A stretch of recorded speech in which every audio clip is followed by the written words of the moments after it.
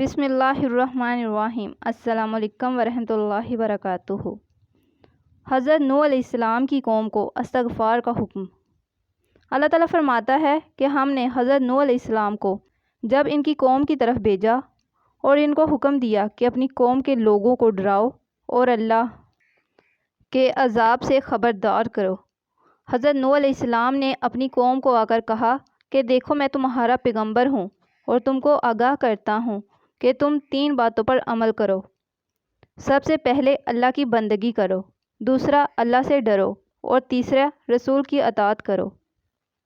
جب تم ان باتوں پر عمل کرو گے تو اللہ تعالیٰ تمہارے گناہوں کو معاف فرما دے گا اور تمہیں ایک وقت مقررہ تک باقی رکھے گا۔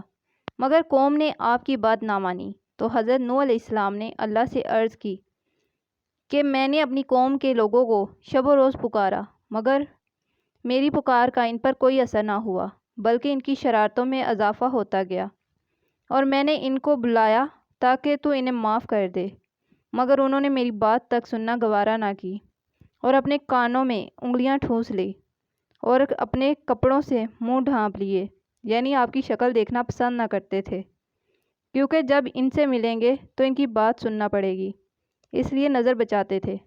حضرت نوح علیہ السلام کی قوم اپنے برے کاموں پر ڈٹی رہی اور تکبر کرتی رہی۔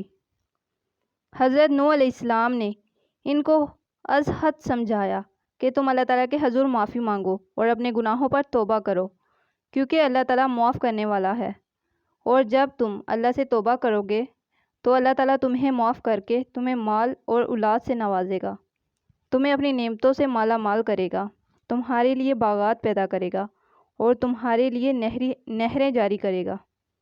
مگر وہ قوم اپنی روش پر ڈٹی رہی اور توبہ کی طرف نہ آئی اور عذاب کی مستحق ٹھہری۔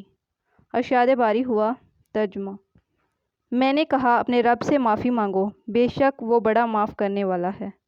بے شک۔ اگر آپ کو آج کی ویڈیو اچھی لگی ہو تو اس کو لائک اور شیئر ضرور کیجیے گا، اور اس طرح کی مزید اسلامی ویڈیوز آپ کو ملتی رہیں، اس کے لیے چینل کو سبسکرائب کرنا مت بھولیے گا۔ شکریہ۔